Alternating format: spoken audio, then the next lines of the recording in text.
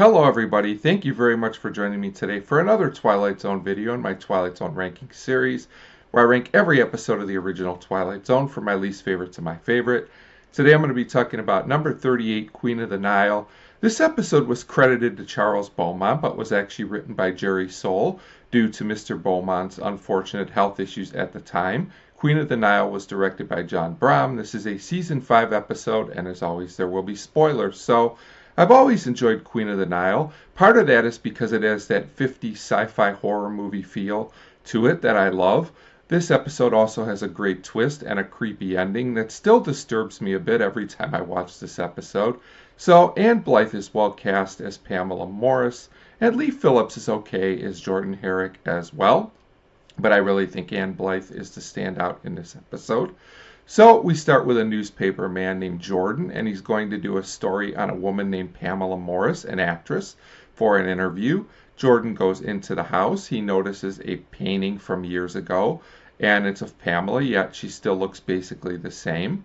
So when asked about this, Pamela makes up a story which doesn't sound totally like it would be the truth, and tries basically to deflect the topic. So the two keep chatting and seem to be hitting it off, which eventually leads to dinner plans later that day. So at this point, this is where things get a bit more complicated.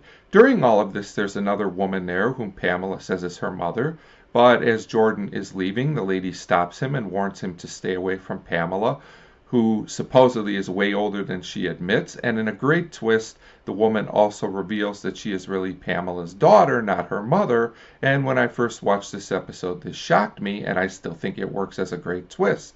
So at dinner, Jordan asks Pamela about what her mother or daughter, depending on how you look at it, said. And Pamela says the elderly lady is not all there, not to listen to her.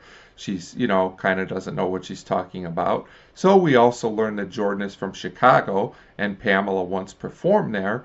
But from everything Jordan knows and is piecing together, he's suspicious. So he has his editor check some things out about Pamela. The editor tells Jordan that Pamela's film Queen of the Nile, like the title of the episode, was a remake, and that the lead actress had an accident and was killed near the end of filming. When the editor compares the two actresses, they look very much alike.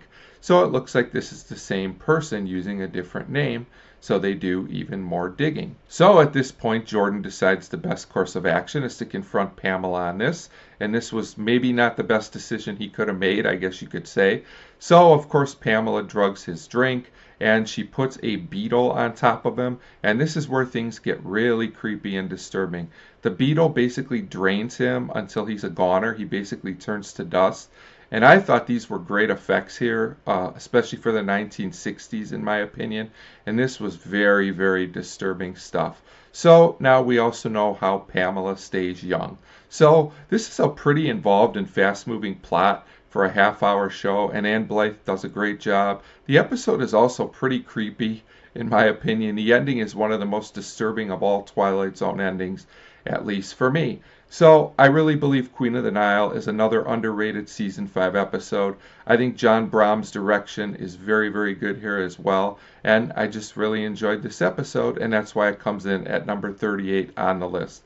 Feel free to let me know if you like this episode, Queen of the Nile, or not. Thank you very much for your support, and thanks for watching.